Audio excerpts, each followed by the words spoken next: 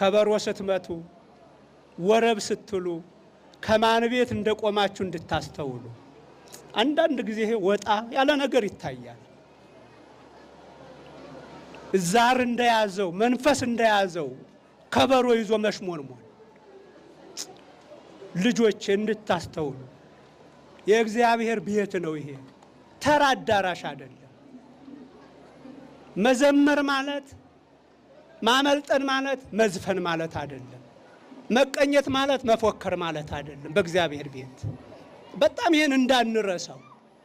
ቅኔያችን ፉከራ፣ ማህሌታችን ዘፈን እየመሰለን አንዳንድ ጊዜ ልጆች እየተቀላቀልንበት መምህራኑ ጭንቅ እስከሚሉ ድረስ እስከሚገርማቸው ድረስ አይናችን ጉድ ያያል፣ አይናቸው ጉድ ያያል። ልጆቼ፣ ወጣቶች ይሄ ቤት ተራ ቤት አይደለም። ወይ ከውና ክሱታተ አዕይንትየ ነው። አይኖቼ ተገልጸውበታል፣ ጆሮቼም የሚጸለየውን ጸሎት ለመስማት ክፍት ናቸው፣ ያደምጣሉ። ለመደመጥ በሚያበቃ ለመታየት በእግዚአብሔር ፊት ለመታየት በሚያበቃ እንቅስቃሴ ነው መንቀሳቀስ ያለብን። እግዚአብሔር እንዲሰማ እንጂ ሰዎች እንዲሰሙ አይደለም። በጭንቅላታችን ይህ ባናት መጮህ የምትሉት አይደል ሊቃውንቱ? ባናት መጮህ ሰው እንዲሰማ ካልሆነ እግዚአብሔር እንዲሰማ አይደለም። ይህን እያስተዋልን ልንቆም ይገባል። ከዛሬ ጀምሮ ይሄ ቤት ተራ ቤት አይደለም። መለኮታዊ እውቅና የተሰጠው የመለኮት ማህደር ነው። ይሄ እግዚአብሔር በጸጋ የሚያድርበት ቤት ነው። ይሄን በደንብ ልናስተውል ይገባል። መምህራኑም ዝም አትበሉ፣ ልጆች ናቸው። እነሱ ጭብጫቦ መድመቁን ነው የሚያዩት። አቤት ከበሮ እንዴት ይዞት ዞረ የሚለውን አድናቆት ነው የሚያስቡት። ልጆች ናቸው፣ ወጣቶች ናቸው። ተው ልጄ ተው፣ እንዲህ አይደለም። እግዚአብሔር እንዲመለከት ሆነህ እግዚአብሔር እንዲሰማ ሆነህ ተንቀሳቀስ፣ ጩህ ካላልነው እኛም ልጆቹም ተያይዘን እንቀጣበታለን።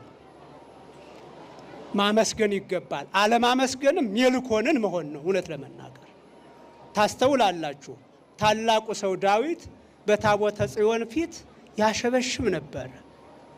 ማሸብሸብ ዝቅ ብሎ ራስን አዋርዶ ማመስገን ተገቢ ነው። ያን አለማድረግ እንደ ሜልኮልም መረገም ነው።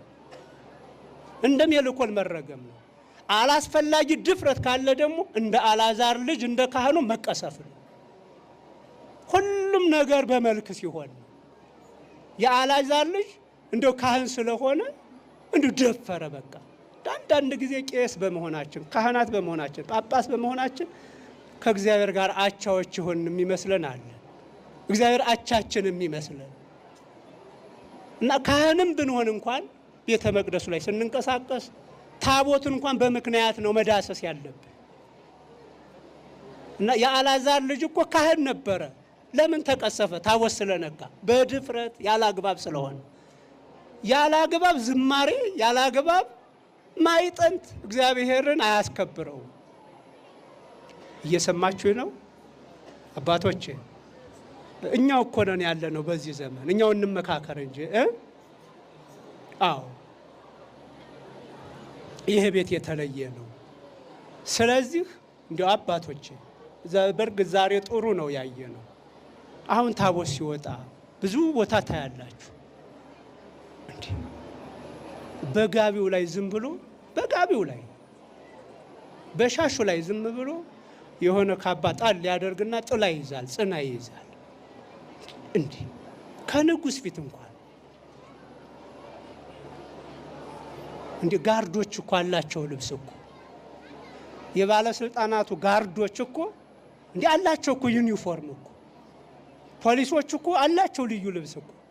እኛስ ካህናቱ በንጉሰ ነገስት በአምላከ አማልክት በእግዚአ አጋይስት በእግዚአብሔር ፊት ስናገለግል የነበረንን የዘወትር ልብስ አስቀምጠን ልብሰ ተክህኖ ለብሰን ጽና ይዘን መስቀል ይዘን ጥላ ይዘን ነው ማገልገል ያለብን። እንደው ዝም ብሎ ወአበጥዎ አይነት ዝም ብሎ አለ አይደል? ወአበጥዎ ለስምዖን እንደው ስምዖንን አስገድደው መስቀል ተሸከም እንዳሉት ዝም ብሎ የተገኘውን ካህን ሳብ አድርጎ ጋቢው ላይ ዝም ብሎ ሻሹን ሳያወልቅ ልብሰ ተክህኖ ጫን ያደርጉና ጥላ ያዝ ይሉታል። ጥሩ እኮ አይደለም አባቶቻችን። እንዴ እኛ ትንሽ ነገር አድርገን እኮ ነው የምንከበረው። የምንዋረደውም እኮ ትንሽ ነገር አበላሽተን እኮ ነው። ስለዚህ ታቦት ሲወጣ መስቀል የምትይዙ ዲያቆናት፣ ጽና የምትይዙ ጥላ የምትይዙ ካህናት አባቶቻችን በጋቢያችሁ ላይ አትደርቡ። በሻሽም ጥላት ያዙ፣ ጽናት ያዙ። እሺ አዎ የምንከብርበት ይሄ ትልቅ ነገር እኮ አድርጓል ተባለ። እንዲሁ ናችሁ ተገኙ እኮ ነው የተባለ። ይሄን አድርጉ። ታቦቱ ሲዞርም ምእመናኑ ርቀታችሁን ጠብቃችሁ፣ ካህናቱም ርቀታችን ጠብቀን። እኔ ጳጳስ ስለሆንኩ እየታከኩ እኮ መሄድ አልችልም። እንዴ እምዳስሰው በምክንያት ነው። እውነት ነው። እኔ ዕቃ ነኝ። እኔ መሳሪያ ሁኜ ቅባሜሮን አክብር በቅባሜሮን አክብሬ እግዚአብሔር እውቅና ሰጥቶታል። ይህን አደረግኩ ማለት ግን እንደፈለግኩም አድርገው ተራቃ ነው ማለት አይደለም። ከዛ በኋላ ከኛ ቁጥጥር ውጭ ነው። መለኮታዊ ኃይል ያደረበት ነው። ስለዚህ ስንዞር ርቀታችንን ጠብቀን። እንዴት ሰው ታቦት እየታከከ እንዴት ይዞራል? እንዴት ይንቀሳቀሳል? ይሄ ሲሆንስ እንዴት ዝም እንላለን? ልንከበር እኮ አልመጣንም፣ ልናከብር ነው። ልንመለክ እኮ አልመጣንም፣ ልናመልክ እኮ ነው።